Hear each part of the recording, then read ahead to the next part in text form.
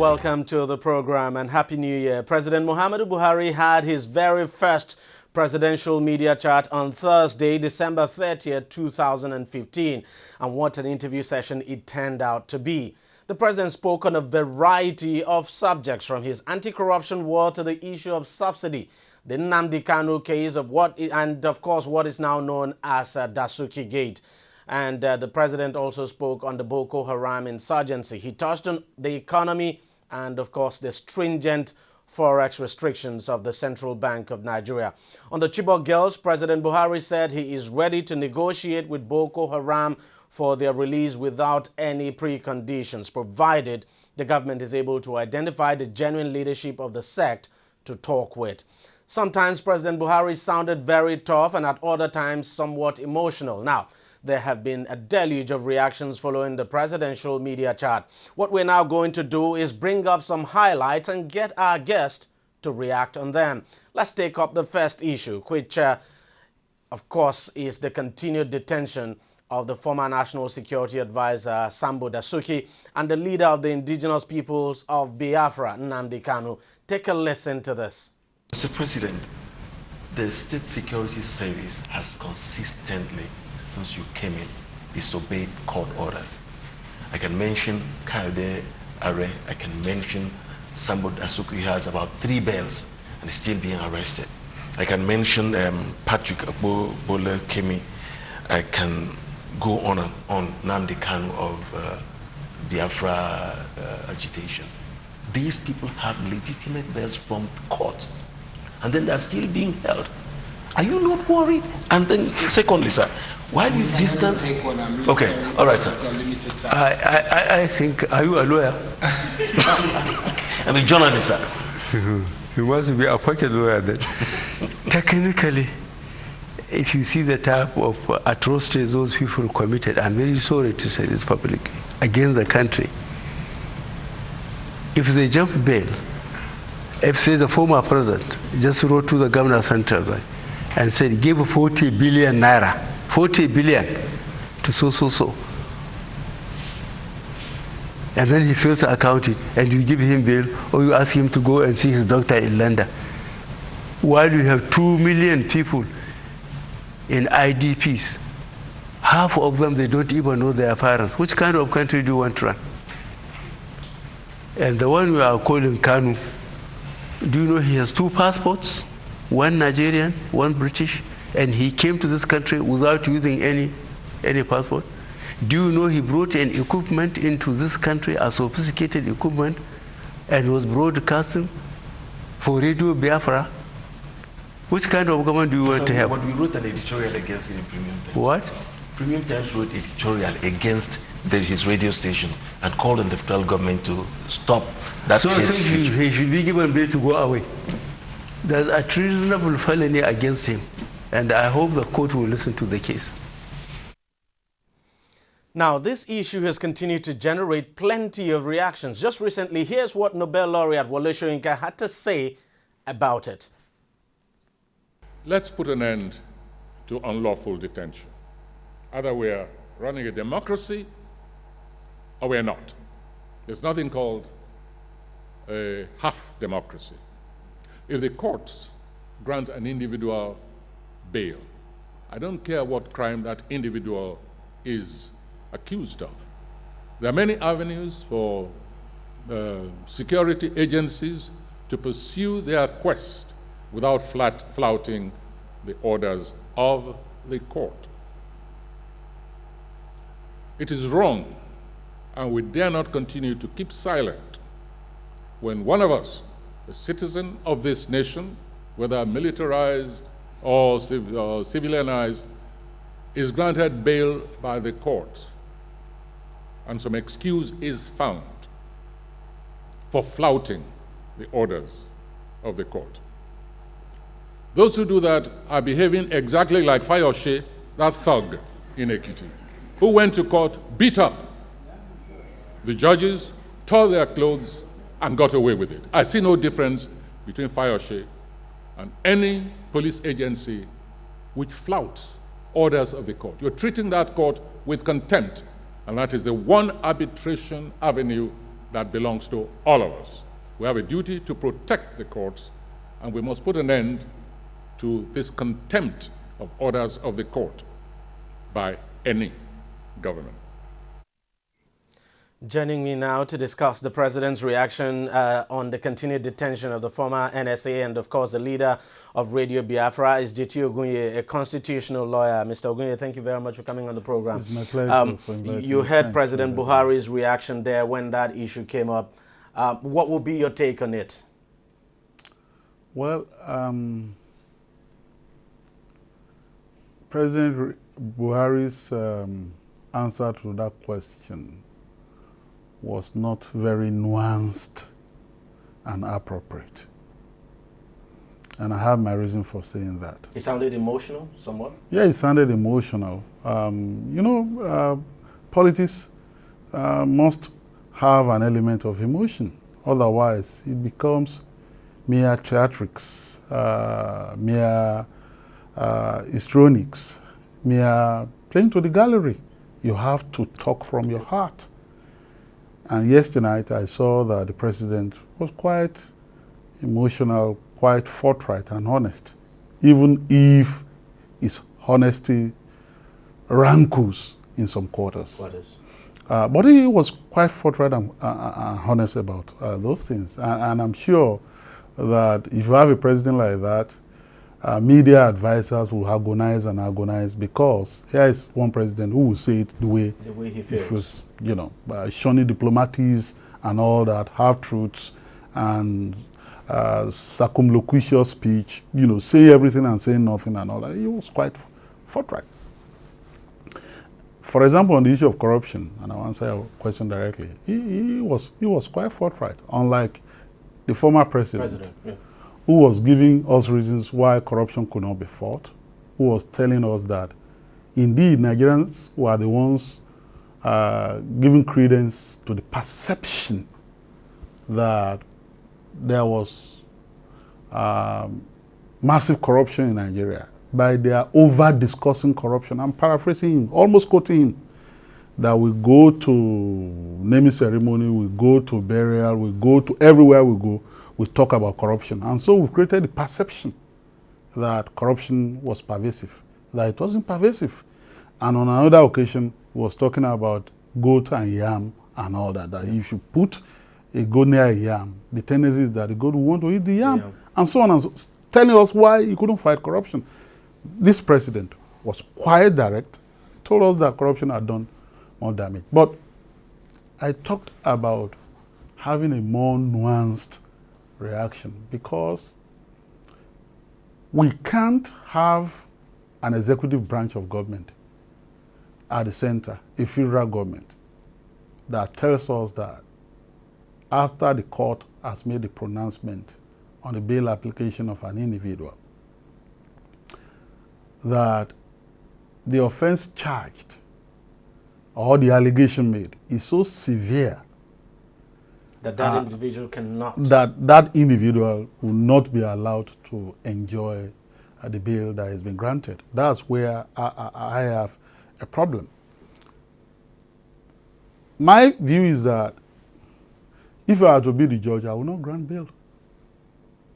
I will not grant bail because of the severity of the charge. Look, every lawyer, just a minute, every lawyer knows that once you file a charge, the first condition when you consider the principle governing the grant of bail is that you look at the severity of the charge.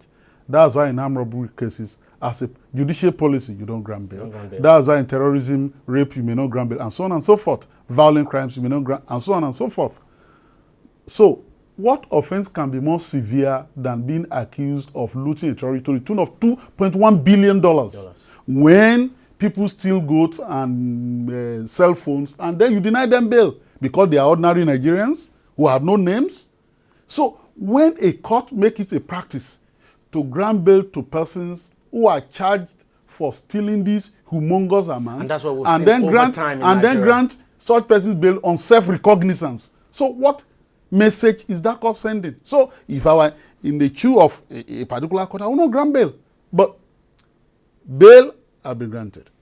And so if bail is granted, that order ought to be respected. In this case, I am looking at the provision of Section 287 of the Constitution that says that the decision of our courts are binding on all authorities and persons. However, because I'm talking about having a nuanced reaction, if the president has said, look at the facts. Dazuki, Colin Sambo Dazuki, was first charged with offenses bordering on arms and ammunition, and he was granted bail. Indeed, Justice Gabriel Kolawole granted him bail on self-recognizance to go to England to attend to his health. But he was held back. And Nigerian was saying, why did you hold him back? You're violating the rule of law. Lo and behold, he was now charged with these offenses that we now know. So if the president has said that, look, I'm the president of the country, I will not accept the disobedience to court orders. But do you know how many offenses potentially that this person can be charged with? Do you know? You don't have the information. So if within a space of 2 years, for example, somebody keeps taking money every other day or every other two weeks and all that, so you have a cocktail of offenses. And so the fact that we've charged him 3 times does not mean that we can't charge him 10 times. And so if he'll be released from prison, my view is that that order of court has been complied with.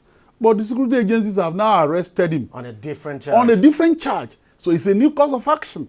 Let's wait whether we will violate the constitutionally provided period for holding somebody back or releasing him under Section 35 of the Constitution. The president obviously didn't explain it that way. He didn't explain it that way, and I have a disagreement with that. I can't stomach a situation in which the president of the country is a very powerful authority, looks at Nigeria and says that even though an order for bail is granted, because of the severity of the offense is charged, and because of the damage he's doing to our country, we won't allow those persons to go. I have called for the evolution of a judicial policy on trial of anti-corruption cases, particularly on the question of bail. Because you see, just do your poll, do your survey. I mean, the president might have been speaking out of frustration because of what we see all the time. Not only the president. Do your survey, do the poll. Absolutely. People are aghast, people are angry. They can't understand why somebody allegedly will steal so much and then be allowed to go home and celebrate. And then use his lawyers to confuse the whole process. They are angry. They can't understand it. They understand that if somebody is being tried elsewhere, as the body was tried elsewhere when he was taken to England, when he told that he was granted bail, they clamped down on him and he was tried and he was convicted. Perhaps because of his own history of running away from jurisdictions. But in a situation whereby Nigeria will say, you've charged me, but you know, I need to go to England. And I've asked the question, how many people are tried in England or elsewhere and they say, court, I want to come to Nigeria on vacation, so please grant me bail. As they grant for bail. So they're turning everything into a circus. And so a president has every reason to be frustrated and to be angry. If I were in his shoes, I'll be angry. But I call for a more nuanced and a more appropriate approach in terms of, you know, telling Nigerians where we are on these matters. There is no lawyer worth his wig that will say, kudos, a court has given an order, but we won't obey that order. The lesson that we may all learn from this also is that perhaps there should be more discussion between the executive branch of government and the judiciary. That would not be interfering in the judiciary. You know, our courts generate practice directions, how terrorism cases should be treated, how they should be fast-tracked, and so on and so forth, how corruption cases should be treated, and so on and so forth. So the executive branch of government can make representation to the judiciary and say that, look at this.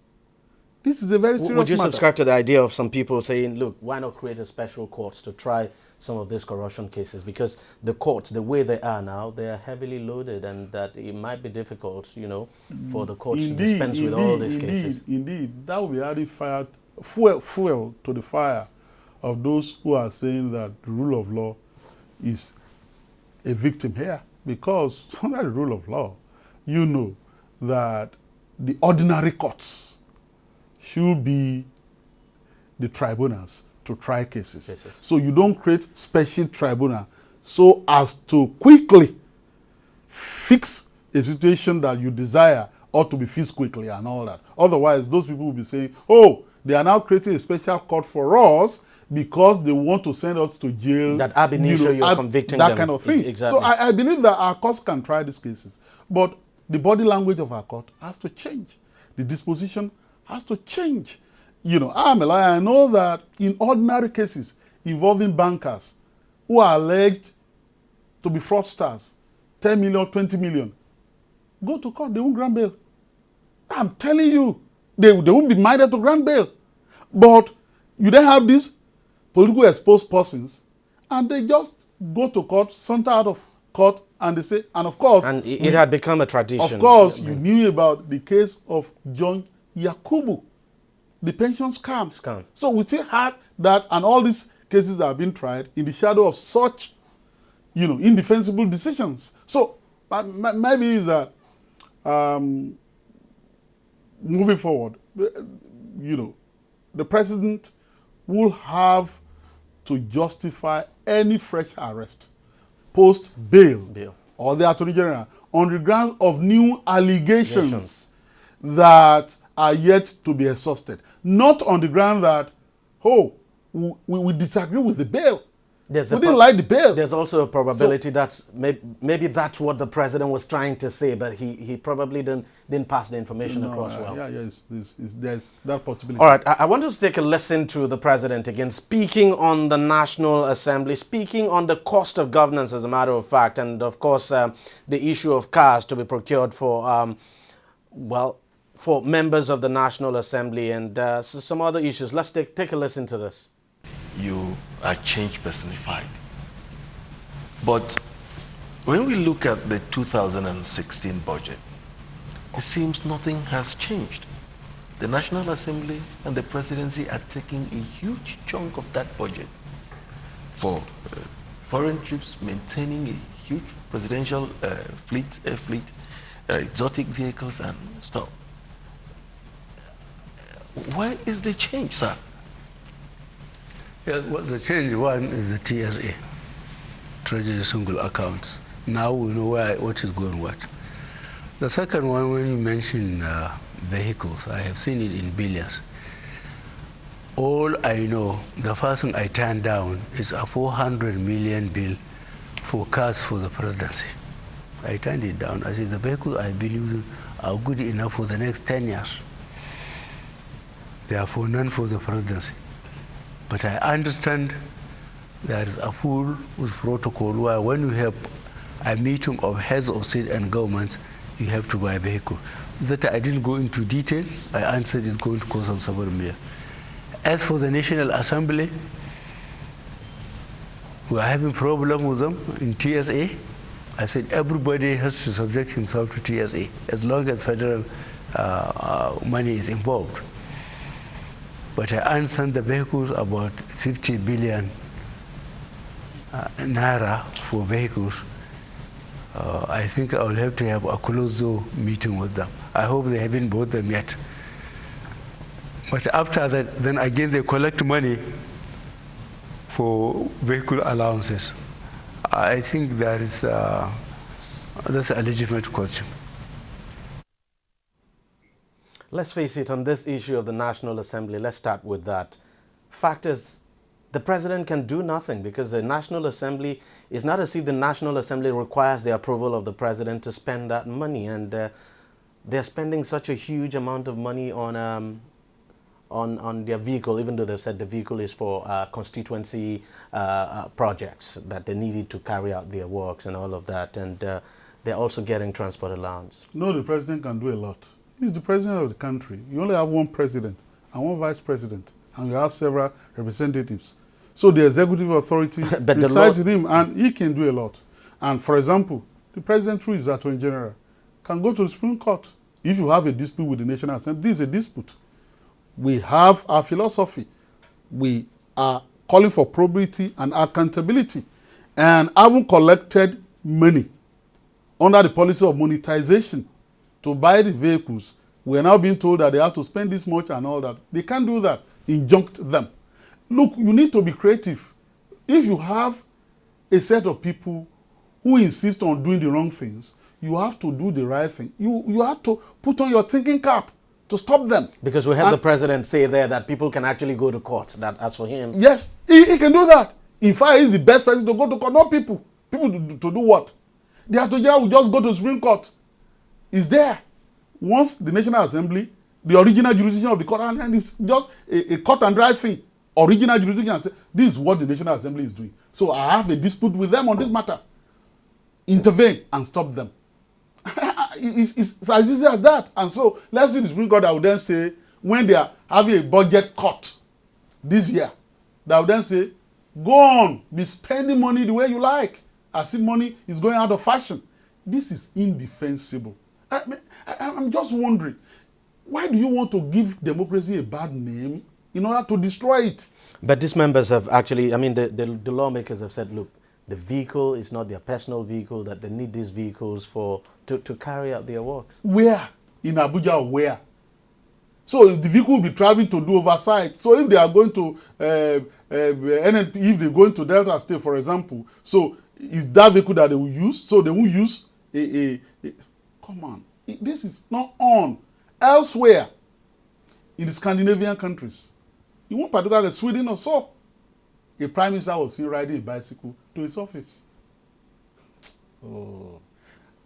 And so what money do we think we really have? Norway is banking its money made from crude oil and gas.